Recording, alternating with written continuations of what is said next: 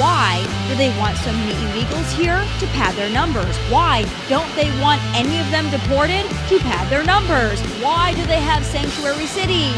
To pad their numbers. So not only do we need new maps, we need a new census with no illegals added.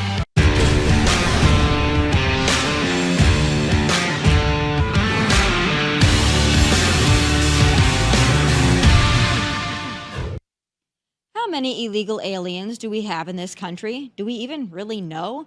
Because for the last 2 decades, they've been telling us it's 15 to 20 million, which was probably a gross undercount then. And especially after Otto Penn Joe let another 15 to 20 million invade in just 4 years. That means conservatively, we have about 40 million, and then you got to account for the several babies likely birthed by the 40 million illegals. And damn, we're just underwater in the count. So while DHS, CBP, ICE, and Tom Homan are working diligently to keep millions out and deport millions more, it's just a game of whack-a-mole that realistically we'll probably never get ahead of. And that's even more reason why we need to redo the 2020 census immediately and exclude all illegal immigrants from the count. Will it take money, time, and resources? Sure, but it's a small price to pay when you consider how many actual Americans and legal immigrants are being disenfranchised thanks to illegal alien district packing. And bingo, bingo, bingo, that is the key to all these Democrat tantrums. Why do they want so many illegals here? To pad their numbers.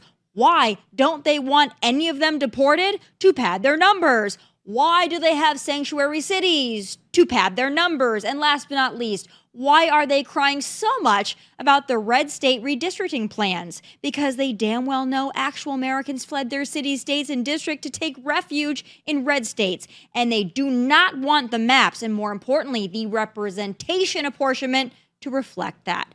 So not only do we need new maps, we need a new census with no illegals added.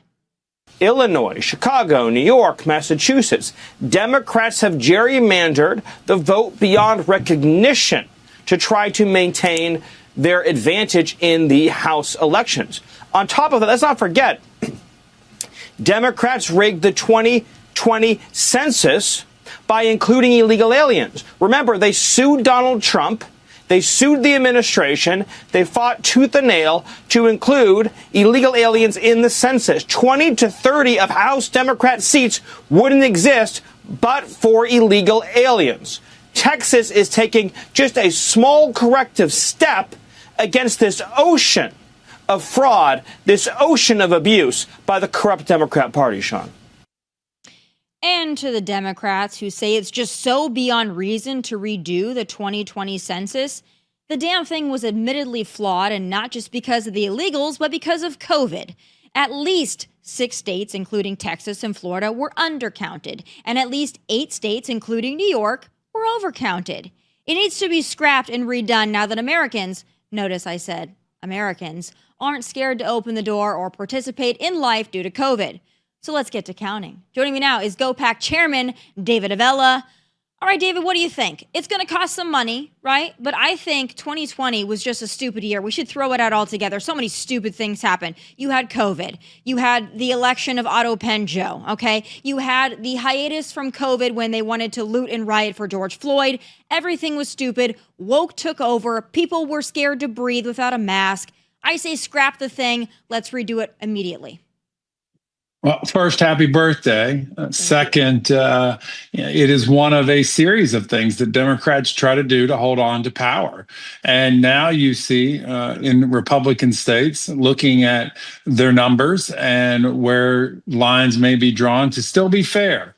And even in the state of Ohio, where they're being forced to, by the courts, redo their lines, they're going to be fair district lines that Republicans are seeking to put in.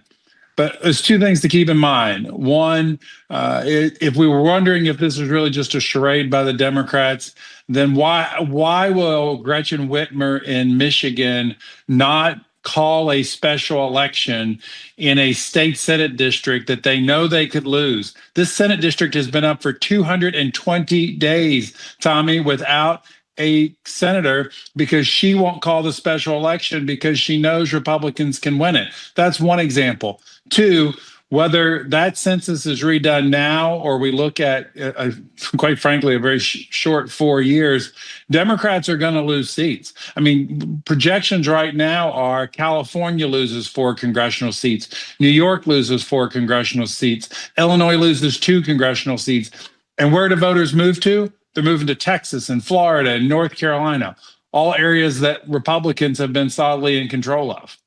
You're exactly right. They're also moving to Tennessee. And as much as we make jokes about don't bring your politics with you, and I'm serious about that, by the way, don't bring your politics with you if you come to Tennessee. However, I will say this.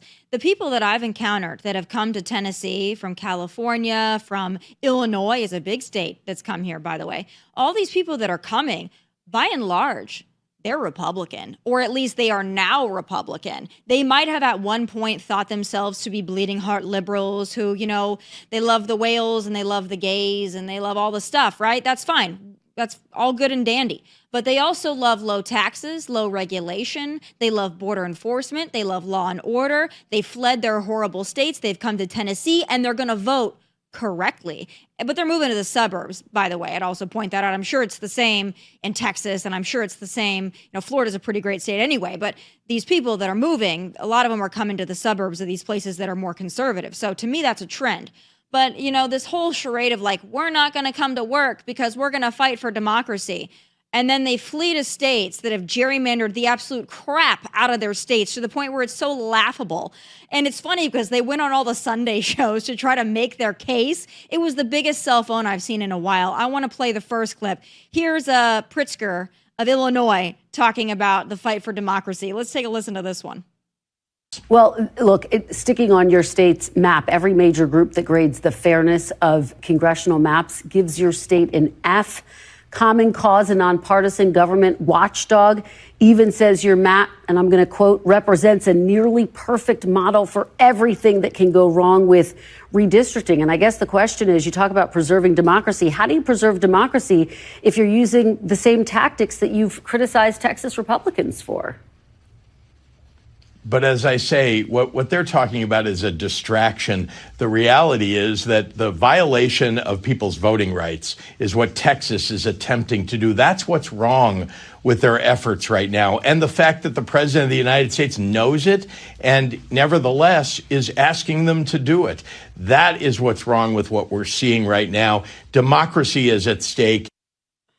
I mean, he's such a freaking idiot. I understand that politicians dodge questions, but when he's directly shown the facts by a non-conservative, by the way, shown the facts like your state has done it worse than anybody, how do you defend yourself? And he's like, yeah, but what Texas is doing is they're stripping away people's rights.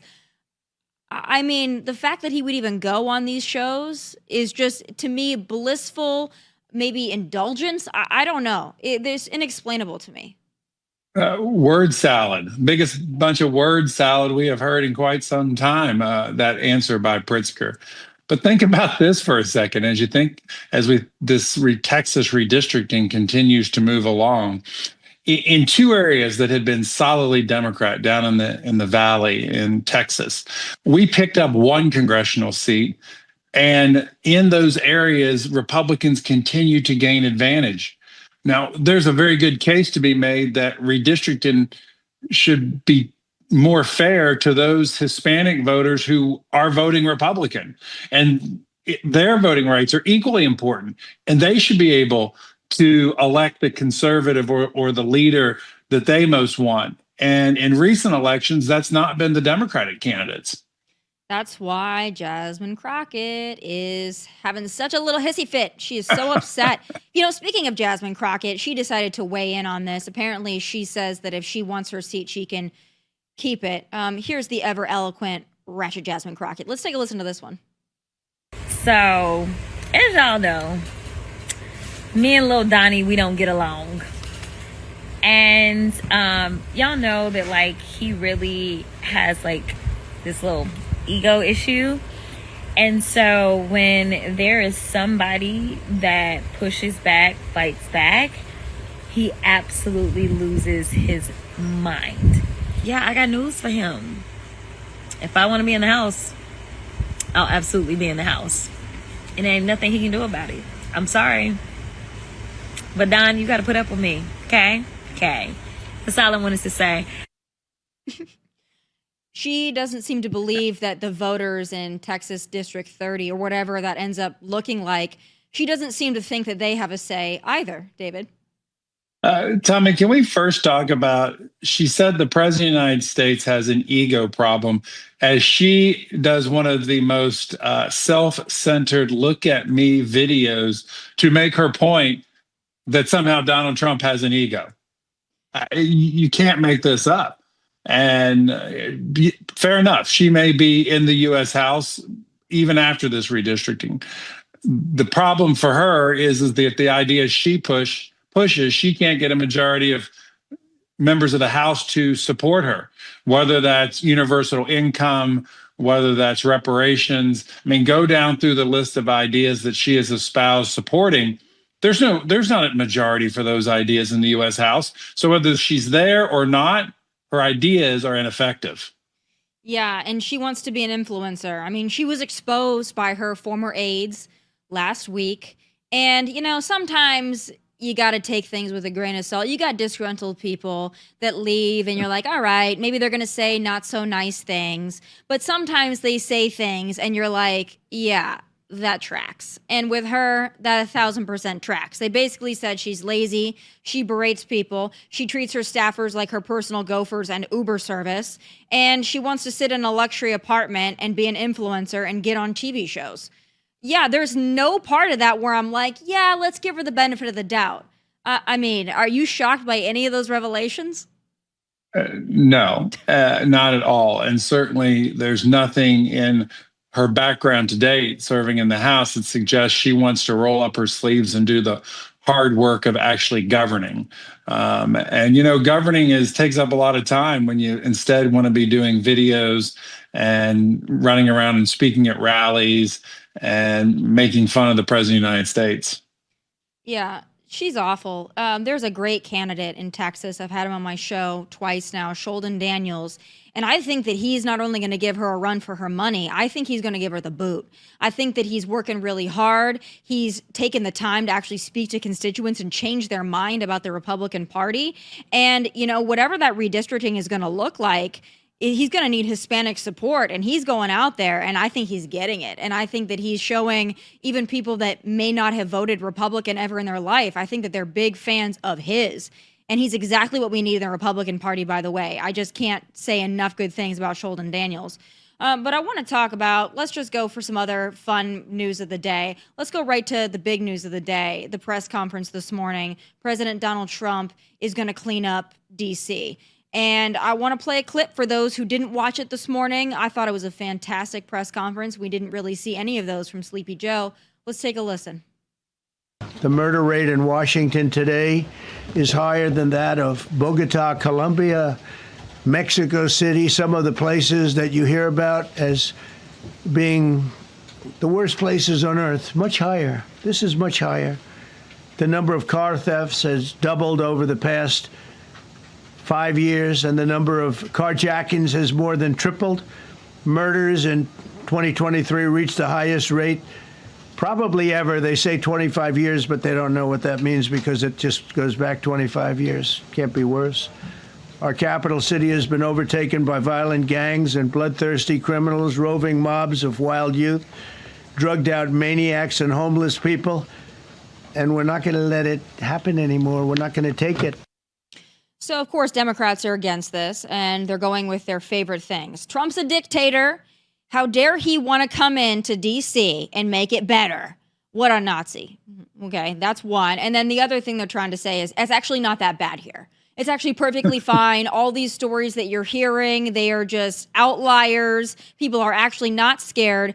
It worked so well for them in 2024 to just tell people everything was fine. But they're going down that path again.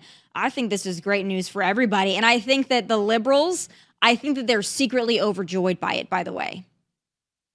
Deep down, you take out murders and you take out car thefts, and DC is probably the safest place on earth. The problem is you can't do that. That's actually happening in Washington, DC right now.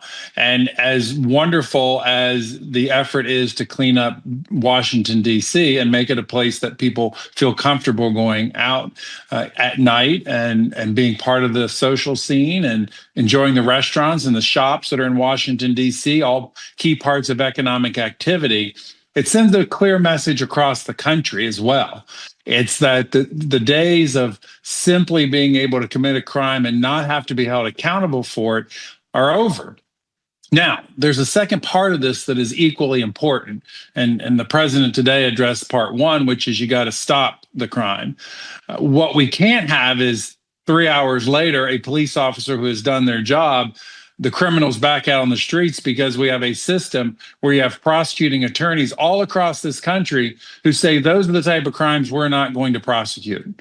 And you see it. George Soros has worked for a decade now to elect rogue prosecutors who won't enforce the law.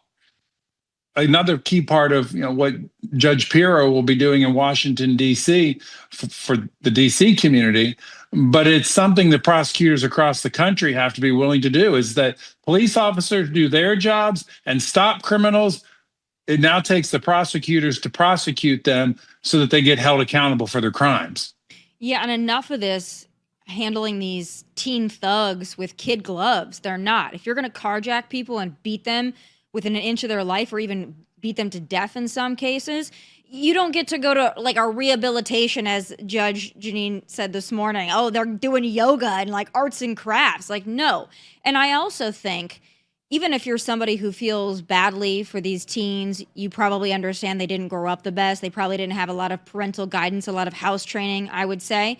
Even if you feel badly for these individuals, you should understand that tough love is exactly what they need, because going into these programs, having them be babied, come back out on the streets, be in gangs, carjack people some more, just rinse and repeat the process, that's not going to lead to any of these individuals reforming their lives. So that's really my question here. When did we get so off track in this country where we thought just allowing teen degenerates to grow into adult degenerates was the answer?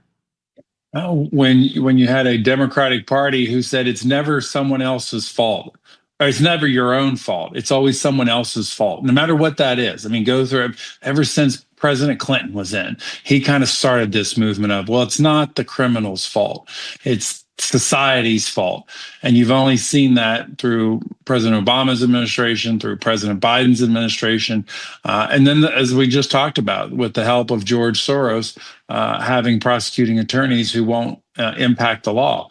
I mean, and it's the great, unfortunate cyclical irony that for many who feel lost and commit crimes or don't see a way out, the very activity that they are doing only make law-abiding citizens more fearful to going out, hindering economic activity, suppressing those type of avenues that ultimately would lead to a better future for those committing the crimes, because there would be a good, robust economy that they could get a job, that they could be prosperous, that they could, take care of themselves. All that gets hindered by the level of crime and people saying, we're not going to put up with that. Yeah, and I always think about this too, because I grew up in Rapid City, South Dakota, and granted, it's not a major city. It's not a big city. We're not even a big state, by anybody's standards. It's, we're small, Midwest, conservative for the most part, right?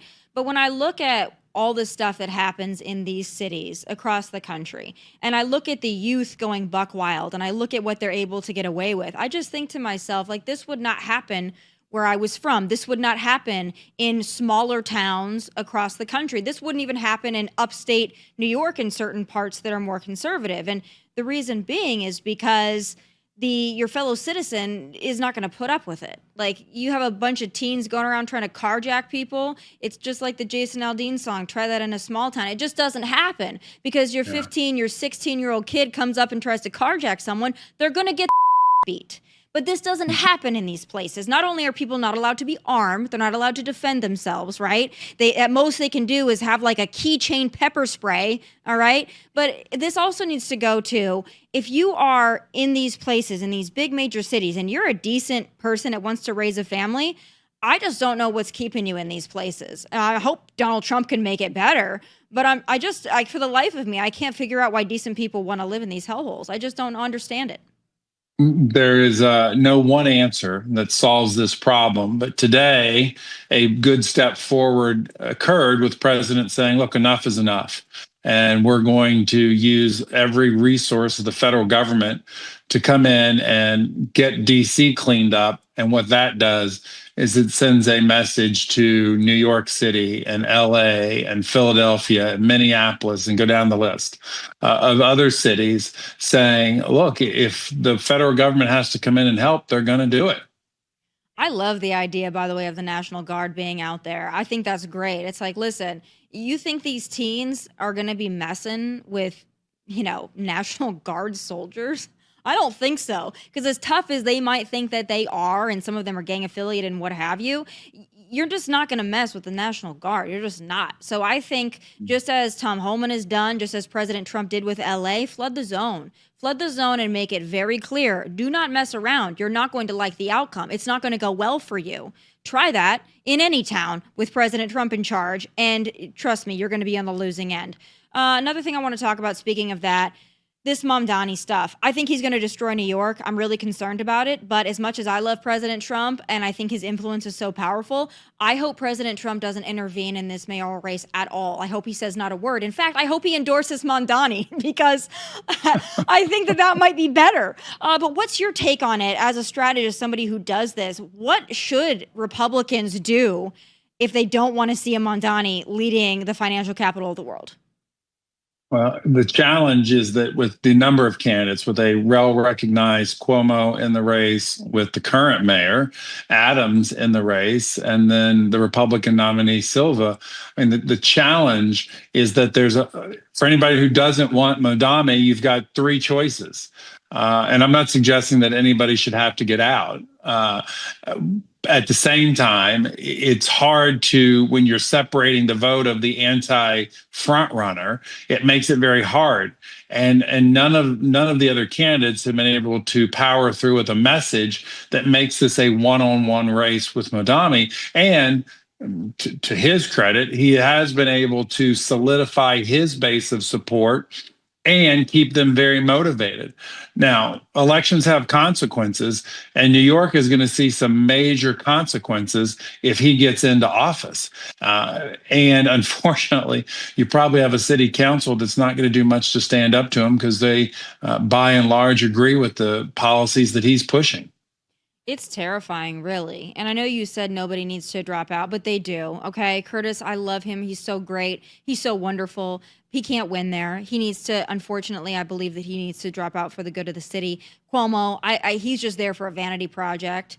He cares more about himself and his own vanity and limelight than he does about the city itself. He knows that he's going to cause a socialist communist to be mayor. It needs to be one-on-one with Mayor Eric Adams and Mamdani, and that is the answer.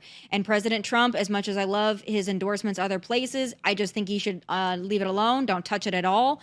And I think that those that are in New York that fancy themselves to be liberals or Democrats, but also happen to work in finance, they need to start pressuring these other people to get out and have it be a man-on-man race, and then allow, even though he's not perfect, Mayor Eric Adams to crush Mamdani, because he could do it. But the rest of these people, they just got to do what's best for the city. So, I mean, listen, my opinion means nothing there, but that's my take on it. I want to go to something else that I think might be the most important thing we have going on, and it's not the crime in D.C., it's not the communists taking over New York City, it's not even Texas redistricting. What we really need to get to the bottom of here, David, is the dildos being thrown in the court of the WNBA. Because it's a major problem. And listen, they're threatening. Maybe they're not even going to have fans at their games anymore. Not that you could tell the difference.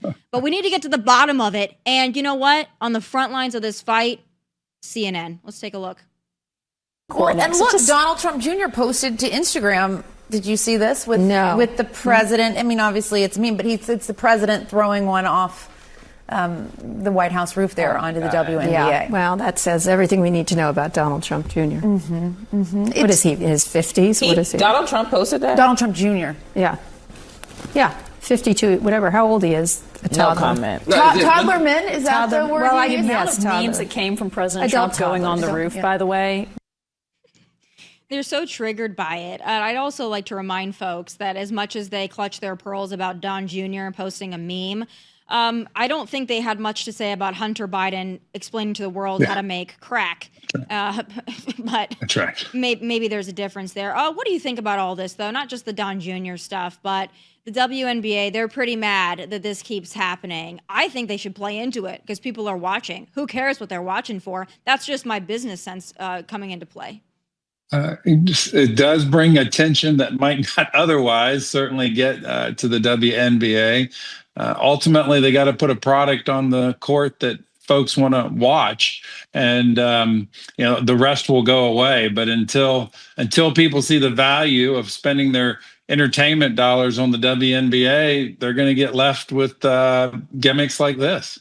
Yeah, well, you said a product on the court that people want to watch. And listen, there is a product being thrown on the court that people want to watch. And it happens to be bright green. It doesn't have to be playing basketball, though. However, I would also say that whoever's throwing these on the court, the athleticism that they are demonstrating perhaps might rival the athleticism that we are seeing on said court. But listen, the WNBA, boy, they're being entertaining for every reason other than basketball. So I hope it continues for their sake. Maybe they can make a couple more dollars and stop complaining. But I appreciate you for being here, weighing in on all the hot topics of the day, especially the final one, which is, of course, the most important. God bless you. Please come back soon. Absolutely. Thanks. Thank you. All right, guys. President Trump wants to make D.C. safer. So naturally, the Democrats, well, they're against it. Why do they want? No, why do they flat out demand that innocent people be left to the streets to be harassed, assaulted, mugged, or killed? I don't know, but it's time for final thoughts.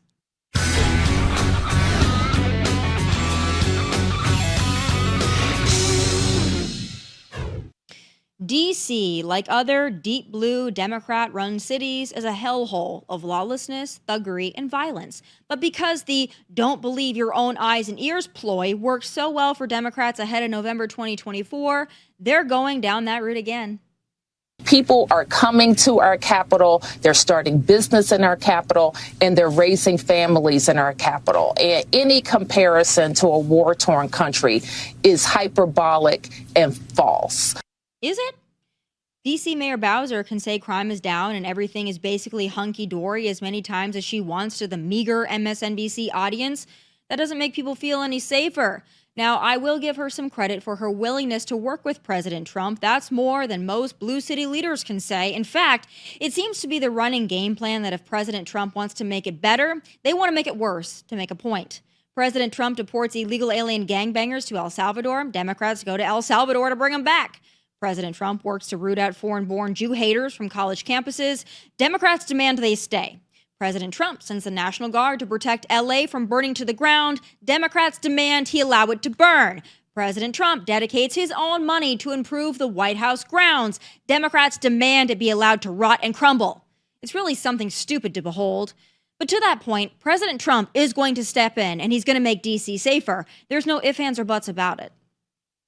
This is Liberation Day in D.C., and we're going to take our capital back. Today, we're declaring public safety emergency in the District of Columbia, and Attorney General Mamdani, who's fantastic, is taking command of the Metropolitan Police Department. In addition, I'm deploying the National Guard to help reestablish law, order, and public safety in Washington, D.C., and they're going to be allowed to do their job properly. You want to have safety in the streets. You want to be able to leave your apartment or your house where you live and feel safe and go into a store to buy a newspaper or buy something. And you don't have that now. Yeah, he's not going to allow teen degenerates with no parenting and no decency to rob, beat, and carjack innocent people. He's not going to allow our nation's capital city to look like a third world hellhole, or, well, like LA or San Francisco. Same thing. Everything that man does is for this country, from the border enforcement to the tariffs to the federalization of lawless cities. He is not going to allow our great American cities to crumble on his watch. So say thank you or say nothing at all, but get out of his way. Important to note that either way, he's going to get the job done, so get over it. Those are my final thoughts. Please be sure to tune in live tomorrow at 1 p.m. Eastern for Liberal Tuesday. Catch full episodes of the show on Outkick and Fox Nation. Please like and subscribe to the YouTube channel at Tomi Lahren is Fearless. From Nashville, God bless and take care. Hey, thanks for watching. For more of my hottest takes, must-see conversations, and of course, my final thoughts, click right here. And don't forget to subscribe. Just click right here so you never miss a beat. I will be here every weekday, and I hope you'll join me.